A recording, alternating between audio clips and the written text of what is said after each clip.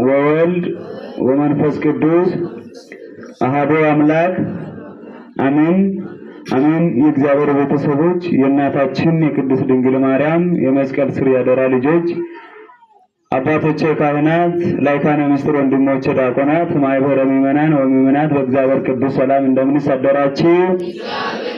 እንደምን አረፈዳችሁ? ይመስገን ብለን ስሙን እንድንጠራ እግዚአብሔር አምላካችን ከያለንበት ቦታ ወደ ቅድስናው ስፍራ የሰበሰበን አምላካችን ስሙ የተመሰገነና የተባረከ ይሁንልን።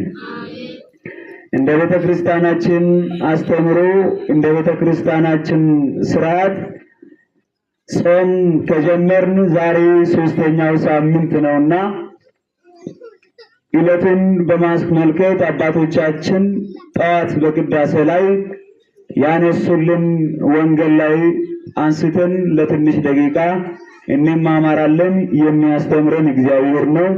እኔ ቆሜ የሚማርበት እናንተም ተቀምጣችሁ የምትማሩበት እግዚአብሔር አምላካችን የሊዲያን እዝነ ልቦና የከፈተ የሁላችንም እዝነ ልቦናን ይክፈትልን።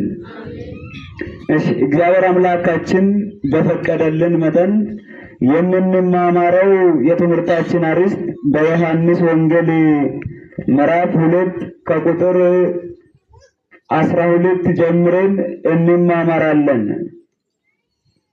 ጌታችን መድኃኒታችን ኢየሱስ ክርስቶስ ከቅፍርናሆም ወደ ኢየሩሳሌም ሄዶ በዛች ስፍራ በተለይ ምኵራብ በምትባል ቦታ ላይ ጌታችን መድኃኒታችን ኢየሱስ ክርስቶስ ያስተማረበት ዕለት ነው። ማስተማር ብቻ ሳይሆን ደግሞ ጌታችን መድኃኒታችን ኢየሱስ ክርስቶስ ብዙ አይነት ታሪኮችን ብዙ አይነት ተግባራቶችን የሰራበት ነውና ይህንን ምክንያት በማድረግ እንማማራለን።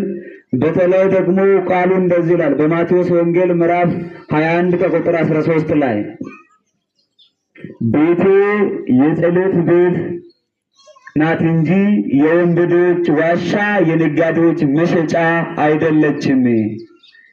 ከነጋር በሉስታ እንደ ቤቴ የጸሎት ቤት ናት እንጂ የወንበዴዎች ዋሻ አይደለችም። ጌታችን መድኃኒታችን